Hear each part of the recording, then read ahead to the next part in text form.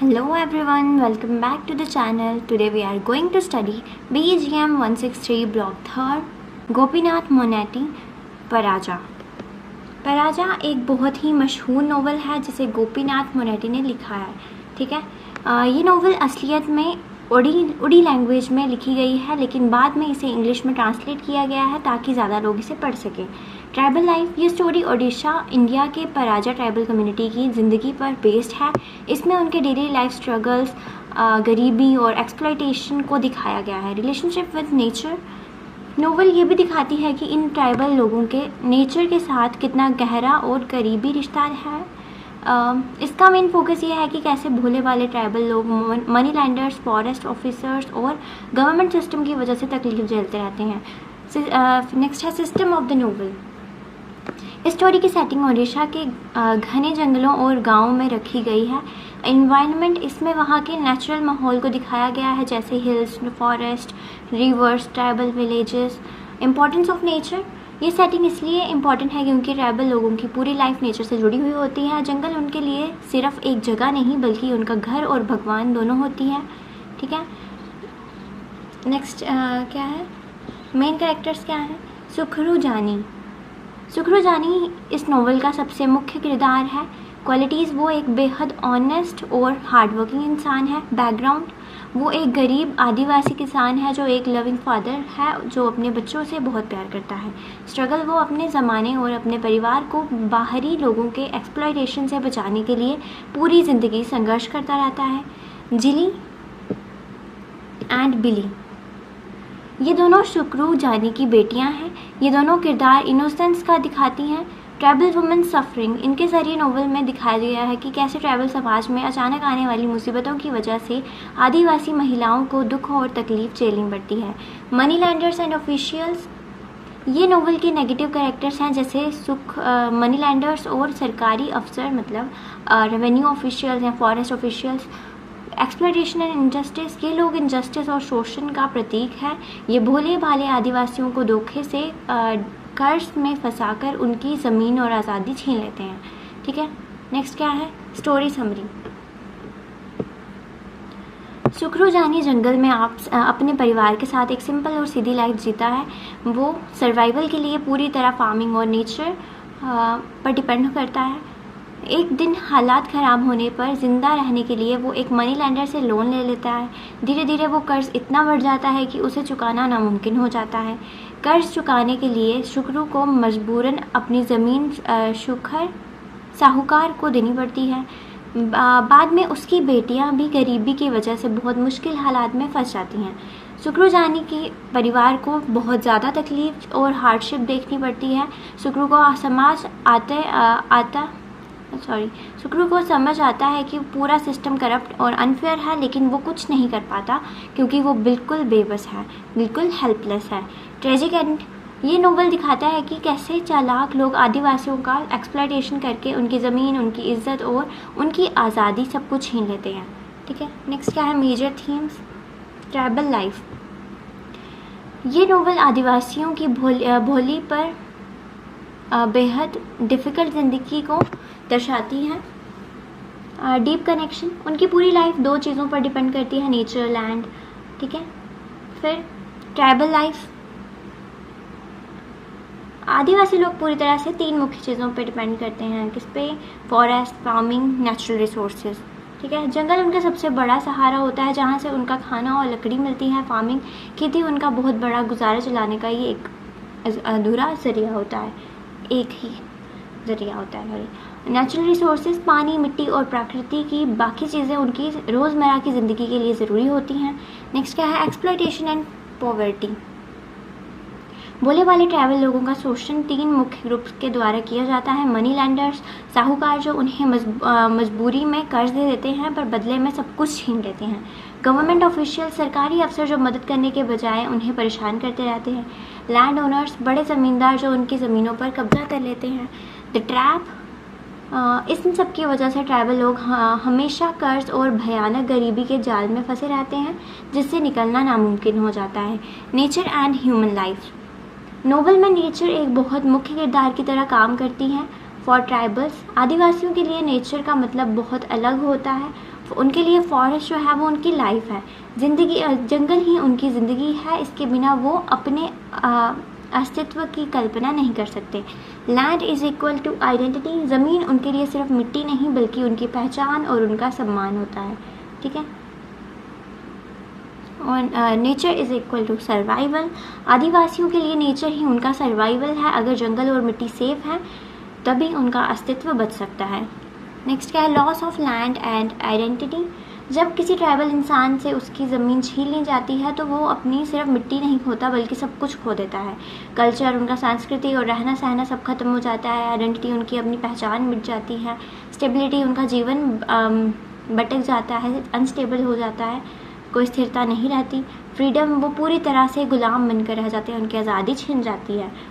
Social injustice, ये novel समाज में फैली असमानता को दर्शाती है। पावर डायनामिक्स, कैसे ताकतवर लोग कमज़ोर आदिवासी समुदाय को पूरी तरह से कंट्रोल और परेशान करते हैं। ट्रेडिशन वर्सेस मॉडर्न सिस्टम, ये पॉइंट दिखाता है कि कैसे आदिवासियों की पुरानी परंपरा और बाहर का नया चालाक कानूनी सिस्टम आपस में टकराते हैं, जिसमें आदिवासी हमेशा हर तरह से फंस जाता है। लेकिन जो मॉडर्न सिस्टम है जैसे मनी, लॉ और एडमिनिस्ट्रेशन, वो ही इन आदिवासियों के लिए मददगार होने के बजाय उनकी ज़िंदगी में नए नए प्रॉब्लम्स और मुश्किलें खड़ी कर देते हैं। Use of songs and folklore, इस नोवेल में कथावाचक मतलब ऑथर ने कई तरह के ट्रेडिशनल एलिमेंट्स का यूज़ किया है, जैसे फोल्क लॉन्ग्स मतलब लोकगीत, फोल्क सॉन्ग्स, ट्राइबल ट्रेडिशंस आदिवासी परंपराएं, ओरल स्टोरी टेलिंग मुख्य ज़ुबानी कहानी सुनना, इमोशनल एक्सप्रेशन, ये सारे एलिमेंट्स ट्राइबल कल्चर और उनके दुख सुख को दर्शाते हैं।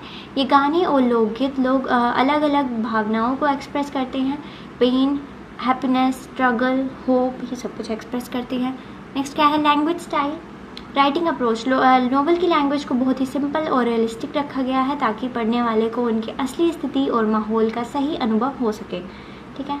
फिर use of local dialect influence, इसमें लोकल भाषा, ओडी और ट्राइबल डायलेक्ट का असर दिखता है जो स्टोरी को ज़्यादा ऑथेंटिक और रियल बनाता है।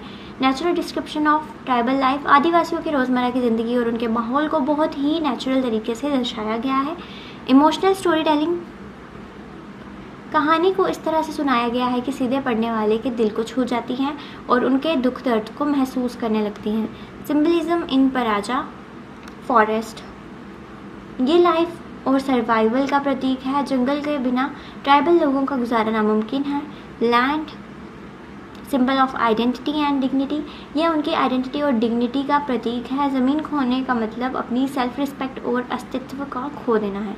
डेब्ट मतलब कर्ज, ये ऑपरेशन और ट्रैप का प्रतीक है। एक बार इस कर्ज के जाल में फंसने के बाद कोई भी आदिवासी बाहर नहीं निकल पाता और पूरी तरह बर्बाद हो जाता है, ठीक है।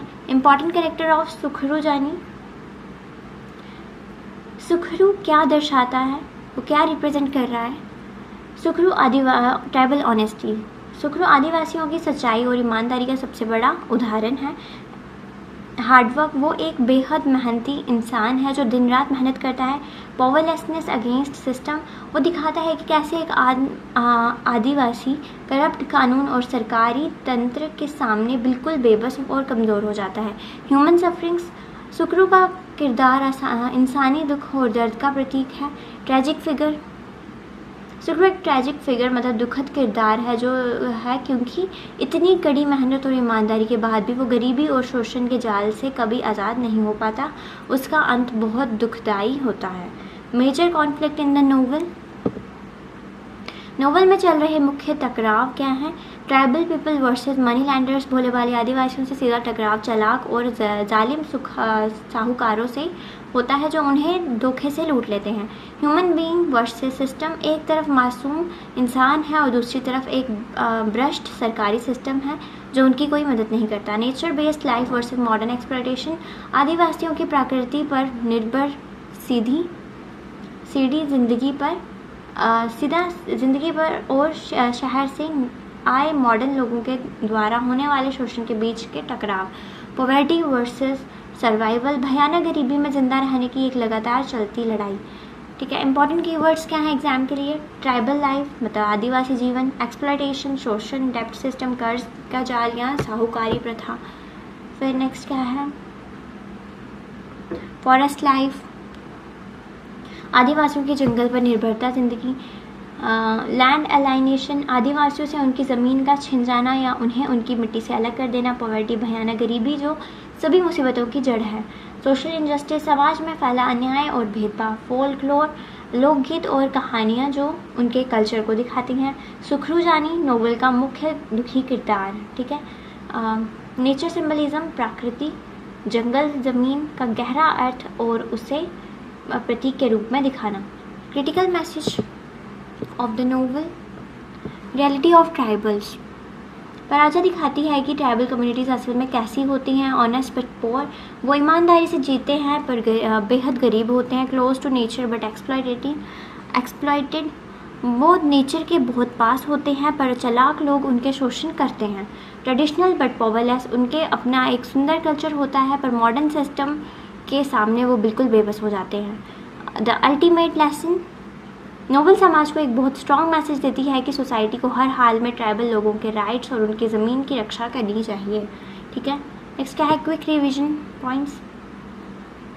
राइटर कौन है? गोपीनाथ मोंटे, उन्होंने इसे असलियत में ओडी लैंग्वेज में लिखा है, ठीक है। Theme tribal exploitation. नेक्स्ट क्या है? राइट थीम, मेन कैरेक्टर सुखरू जानी, सेटिंग ओडिशा के फॉरेस्ट और विलेजेस, घने जंगलों और गांव, इशू डेप्ट and land loss, focus social injustice and poverty, style realistic plus folk element, वास्तविक भाषा और लोकगीत परंपराएं, importance tribal culture and suffering. Conclusion, Paraja एक बहुत ही पावरफुल नॉवल है जो इंडिया के ट्राइबल लाइफ की दर्दनाक सच्चाई को दर्शाती है। ये दिखाती है कि कैसे तीन चीज़ें पॉवर्टी, डेप्थ और सोशल सिस्टम मिलकर मासूम लोगों की ज़िंदगी को पूरी तरह बर्बाद कर देती हैं। सुखरू जानी की इस दुखद कहानी के ज़रिए नोवेल समाज में अन्याय के खिलाफ आवाज़ उठाती है और ट्राइबल कम्युनिटीज़ को प्रोटेक्ट करने की ज़रूरत पर जोर देती है, ठीक है। आई होप आपको ये सब कुछ समझ आया होगा। Thank you for watching and stay tuned for the next video.